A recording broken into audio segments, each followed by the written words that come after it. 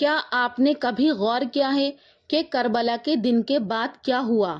ہم سب عاشورہ کے دن اور حضرت امام حسین رضی اللہ تعالی عنہ کی عظیم قربانی سے واقف ہیں، لیکن ایک ایسی شام بھی آئی جس کا ذکر دل کو غمگین کر دیتا ہے، وہ شام جسے شام غریبہ کہا جاتا ہے۔ لیکن آخر شام غریبہ کو شام غریبہ کیوں کہا جاتا ہے اور یہ شام غریبہ کیا ہوتی ہے؟ تو آئیے جانتے ہیں آج کی اس ویڈیو میں۔ سب سے پہلے اس نام کو سمجھتے ہیں کہ شام کا مطلب ہے دن کے بعد آنے والا وقت، اور غریبہ سے مراد یہاں مالی غریبی نہیں بلکہ غم، تنہائی، بے سہارگی اور آزمائش کی کیفیت ہے۔ جانے ایسی شام جس میں غم ہی غم تھا، اس لیے شام غریبہ کا مطلب لیا جاتا ہے غم والی شام۔ ایک ضروری بات یہ بھی سمجھ لیں کہ شام غریبہ قرآن یا حدیث کی اصطلاح نہیں ہے، بلکہ یہ ایک تاریخی روایتی طور پر استعمال ہونے والا نام ہے۔ اس سے مراد کوئی الگ واقعہ نہیں ہے بلکہ کربلا کے بعد آنے والی وہ شام مراد لی جاتی ہے جسے لوگ غم اور آزمائش کی نسبت سے یاد کرتے ہیں۔ 10 محرم کا دن گزر چکا تھا۔ میدان کربلا تاریخ کے ایک عظیم اور دردناک باب کا مشاہدہ کر چکا تھا۔ حضرت امام حسین رضی اللہ تعالیٰ عنہ اور ان کے وفادار ساتھی حق کی راہ میں اپنی جانوں کا نذرانہ پیش کر چکے تھے۔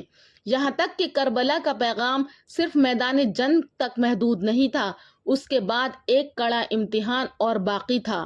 اسی نسبت سے اس شام کو شام غریبہ کہا جاتا ہے۔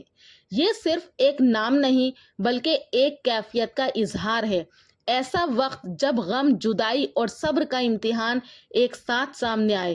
مگر یہی وہ لمحہ تھا جس میں تاریخ نے یہ حقیقت واضح کی کہ اہل حق صرف میدان میں ہی نہیں بلکہ مصیبت کے بعد بھی اپنے وقار، استقامت اور ایمان پر قائم رہتے ہیں۔ کربلا ہمیں صرف یہ نہیں سکھاتی کہ حق کے لیے کھڑا ہونا چاہیے، بلکہ یہ بھی سکھاتی ہے کہ سخت ترین حالات کے بعد بھی انسان ٹوٹتا نہیں بلکہ اللہ سے تعلق مضبوط رکھتا ہے۔ حضرت امام حسین رضی اللہ تعالیٰ عنہ نے اپنی زندگی، اپنے عمل سے یہ پیغام دیا کہ عزت، حق، سچائی دنیاوی مفاد سے کہیں بلند ہے۔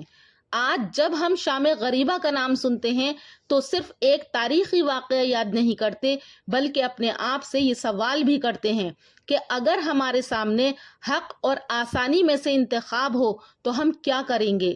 اگر سچ بولنے میں نقصان ہو تو کیا ہم سچ پر قائم رہیں گے؟ اگر دین اور دنیا کے درمیان فیصلہ کرنا پڑ جائے تو ہمارا انتخاب کیا ہوگا؟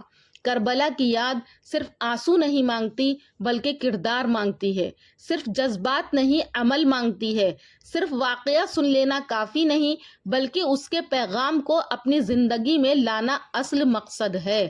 اور شاید یہی شام غریبہ کا سب سے بڑا پیغام ہے کہ آزمائش ختم ہونے کے بعد بھی ایمان ختم نہیں ہوتا۔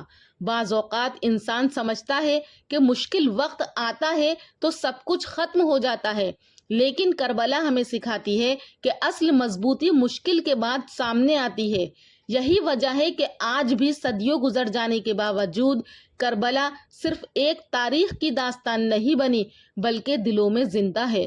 آج ہماری زندگیوں میں کربلا شاید میدان کی صورت میں نہ آئے، لیکن ہر دن ہمارے سامنے چھوٹے چھوٹے فیصلے آتے ہیں۔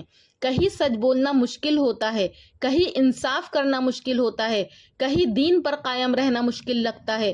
ایسے وقت میں کربلا ہمیں یاد دلاتی ہے کہ وقتی فائدہ سب کچھ نہیں ہوتا، اصل کامیابی تو اللہ کی رضا میں ہے۔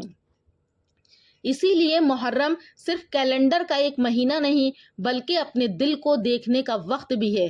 ہم اپنے آپ سے پوچھیں کہ ہم اپنی زندگی میں حق پر کہاں ہیں؟ اللہ تعالیٰ ہمیں کربلا کے پیغام کو سمجھنے، صبر اختیار کرنے اور حق پر قائم رہنے کی توفیق عطا فرمائے، آمین۔